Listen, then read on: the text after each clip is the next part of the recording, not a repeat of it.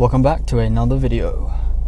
So, by the title of this video, it's a topic that a lot of us face, I as myself included, but there are ways around it which I will discuss, that how you can try to understand and not feel lost in your 20s.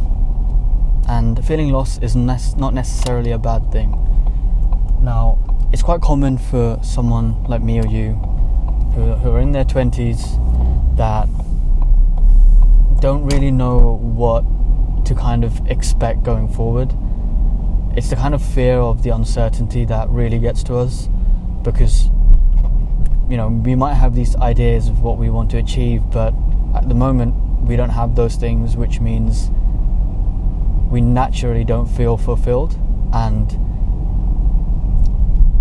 there is a kind of a mindset where we are kind of scared, if I'm being honest, of what's to come, because we simply just do not know.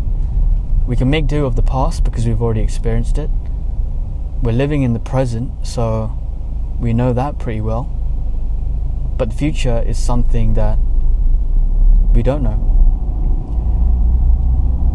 And first of all, before we get into kind of how we can navigate through our 20s, but also how we can stop kind of feeling lost, or prevent us from feeling lost, and actually have an idea of how we want to feel in our 20s. To understand that, realistically, it's to do with the conscious or unconscious, more often than not is unconscious, comparison between yourself and people. And this, to be honest, is largely contributed by social media. Social media, because if you're on social media, you probably have multiple accounts where you'd be spending hours on your phone or on these apps where you see daily posts of your friends, acquaintances, or even people that you've never met or talked to in your life. And most cases, usually they would be people similar to your age.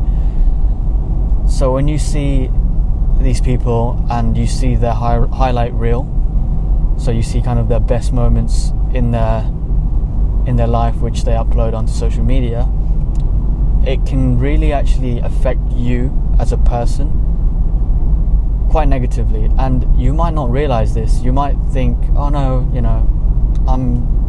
I don't really get affected by it. Then you wouldn't be watching this video, first of all. But the feeling of lost is quite closely tied as a byproduct of the comparison using social media. And it's because, like, when you see someone similar to your age in a specific stage in their life, you are wondering, why am I not like that? Why haven't I achieved what they have achieved at the same age? I know that person, or I don't know that person. Or you could be, why is that person in this relationship? How has that person been in a relationship this long? Or how has that person got this amount of money? Or how is that person already at this stage in their career? How have they got this amount of followers? Why do they get this amount of likes? And it's all these comparisons in your head that goes on to really have a trickle-down effect on feeling lost.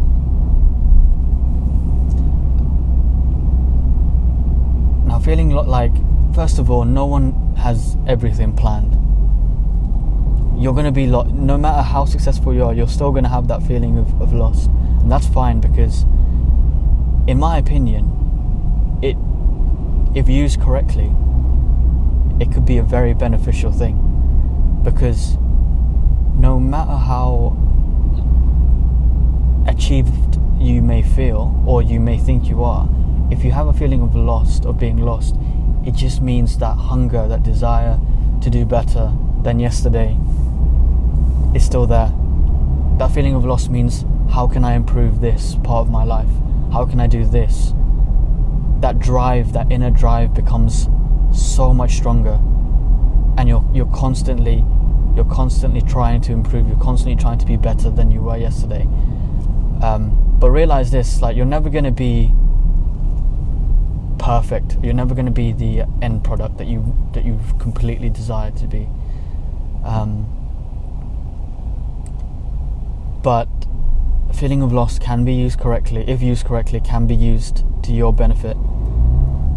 Now, how do you actually stop the feeling of, how do you stop kind of feeling lost, and what's helped me kind of with this?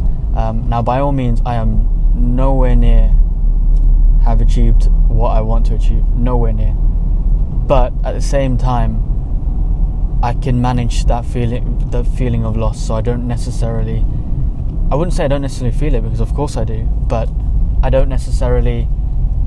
try and use it in a positive way. And I want to share with you what this might look like. And to be honest, it's quite a common thing, because even my friend opened up to me a couple months ago about this feeling of loss. It's so common for people in our age group, people in their early 20s, their mid 20s, even their late 20s, maybe even through all stages of life. But I can only talk to people in their 20s at the moment, just because that's all I've experienced. But this feeling of loss can be identified, and how you have to do it is it's about reflection and self-awareness. It's basically, all you have to do is just spend some time alone. And I don't mean put in your earphones and just blast some music, or have some nice calming music in the background. No, I don't mean that. What I mean is literally spend some time alone. Maybe just go into your room, or go into nature, or into a park, or just sit down on a bench, sit down on your bed, sit down on a chair, whatever. Just be alone for a bit. And you can use a pen and paper. Actually, I would recommend using a pen and paper, maybe as a step 2. But initially, just think, what's going good in your life first. You know, what's going well. And these can be the most smallest things, honestly, or it could be the biggest things. Again, it's subjective. So something that's going good is, maybe you already have a job. You might not want to be in that job, but you have something. Or maybe you have your ideal job already. Or you're proud that you're going into the gym X amount of times a week, and you're putting in the work. Or you're happy that you actually have a good relationship. You have a good set of friends. Small things. First, just identify the good things. Then, in the most objective way possible, identify the areas that you think you need the most work on. Alright? Let me repeat that again. Identify the areas that you think that you need the most work on. And this can be anything, really. This, for example, maybe you're a person that really lacks organizational skills. You're not organized enough. Maybe you're someone that is always late to things. Maybe you're someone that needs to show a bit more empathy towards other people. Maybe you're someone that lacks drive, lacks a bit of motivation, that needs some sort of motivation to get yourself going. Maybe you don't have your dream job, or you don't know what your passion is, and it doesn't matter. Identify them. The first step to not feeling lost is to first identify. This is self-awareness. Once you have these things identified, then you slowly start to draw up some steps. And again, the key point here is to not take big jumps. It's to take small steps, because small steps over a period of time accumulates into big changes. And this is like the rule of compound interest.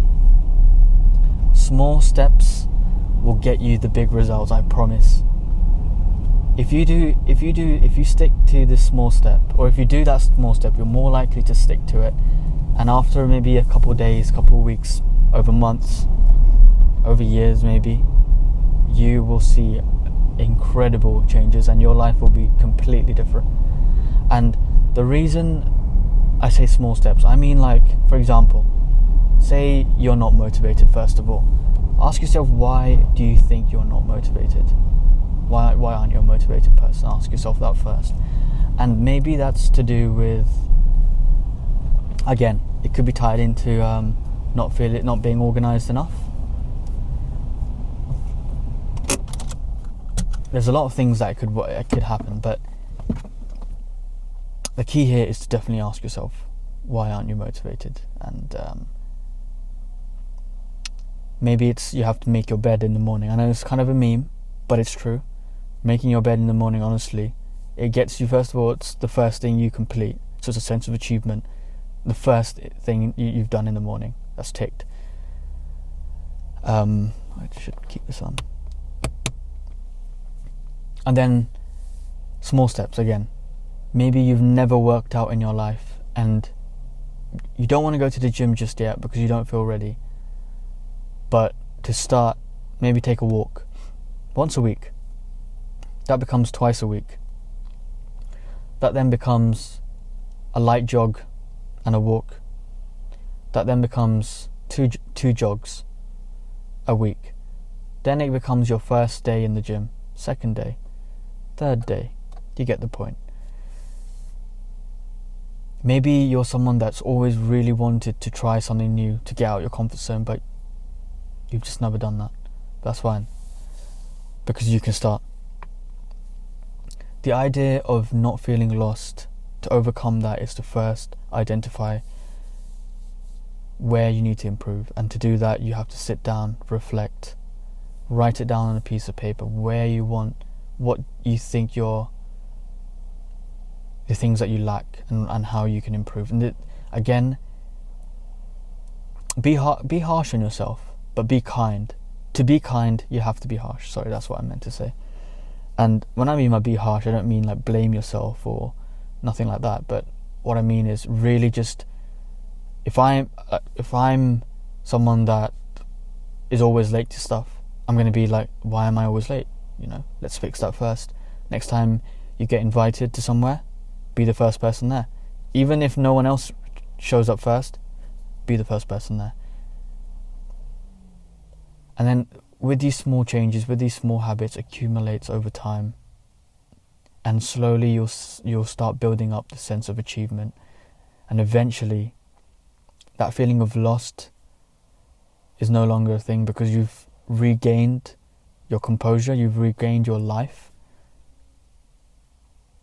and you can start to do incredible things. Honestly, just start with the small steps first. Identify where you need to work on, identify your weak points, and go in and tackle them head on. Thank you for watching, and I'll see you in the next video.